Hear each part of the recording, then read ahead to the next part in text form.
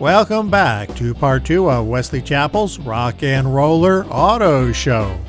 I'm here perusing a fantastic collection of classic and antique cars on this beautiful, warm spring day.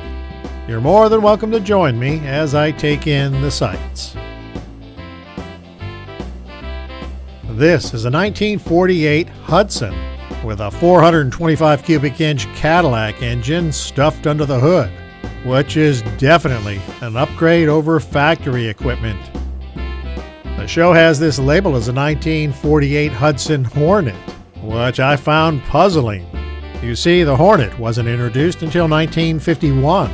In 1948, the Hudson Company was building the Commodore, and because this looks like a 48 Hudson, it's unlikely it's a Hornet. Oh well, it's definitely a Hudson, which has a fair amount of customization, yet it still carries that post-war 1940s look.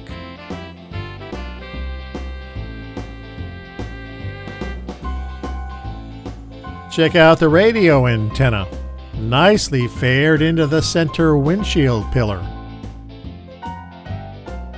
Two more Bel Airs, both being minted in 1957, both being super nice.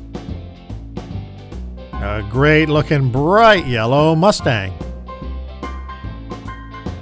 And across the drive, a Volkswagen Nookie Wagon. Next to it is a sleek and very expensive McClaren. Arguably one of the best looking cars in the show. Definitely not considered an antique or classic. It falls more into the late model high-end sports car category. This thing looks like it's doing 70 miles an hour just parked on the lot.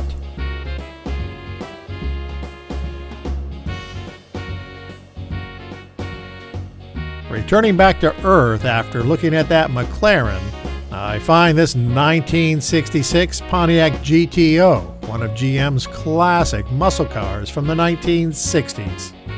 Under the hood appears to be mostly stock, with the exception of the three two-barreled carburetors fastened to the top of the intake manifold. The car is looking mighty nice considering it's 60 years old.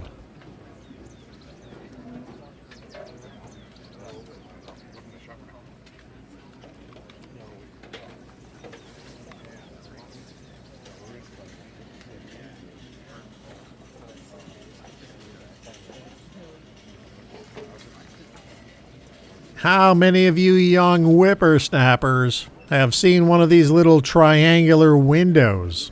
It's a Fisher window or vent window, and it's how we kept cool on those hot summer days before air conditioning.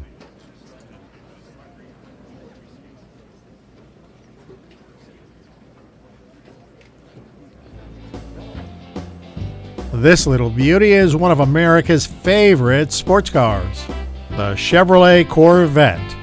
This one is a 1966 model, also referred to as a C2 build or second generation. Chevrolet introduced the Corvette in 1953 and has been building them ever since.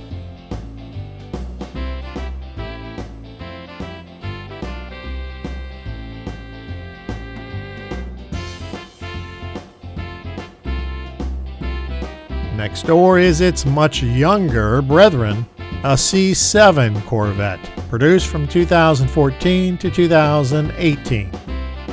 Chevrolet has done nothing but improve the sleek, sporty look of this vehicle. Now here's a customization I never really understood: lowriders, and this one has taken it to the lowest of levels. It's a different kind of person that spends the time, money, and effort doing this to a vehicle. Includes a super sweet custom interior that takes its inspiration from the Sherman tank.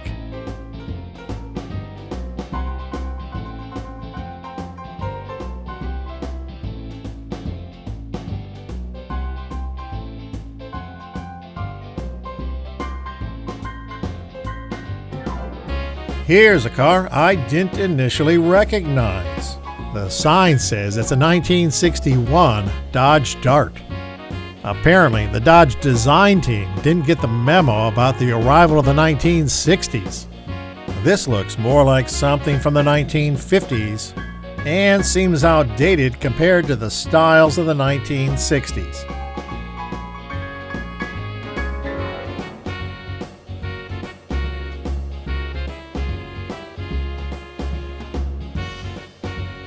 Check out these great looking fins on the fenders. This car caught me a bit by surprise.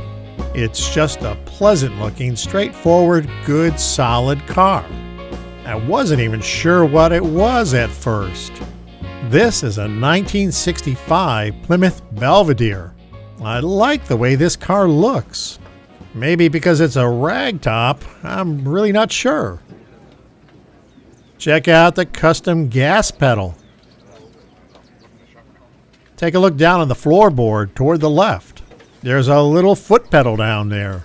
If you're under 40, you likely have no idea what that's for. Take a stab at it and guess what it is.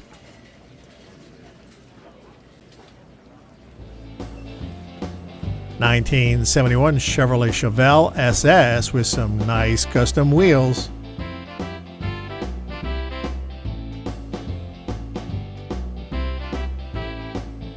Under the hood, it gives you the impression it's mostly stock. But I do see some strange little add-ons that definitely weren't there when the vehicle came off the assembly line.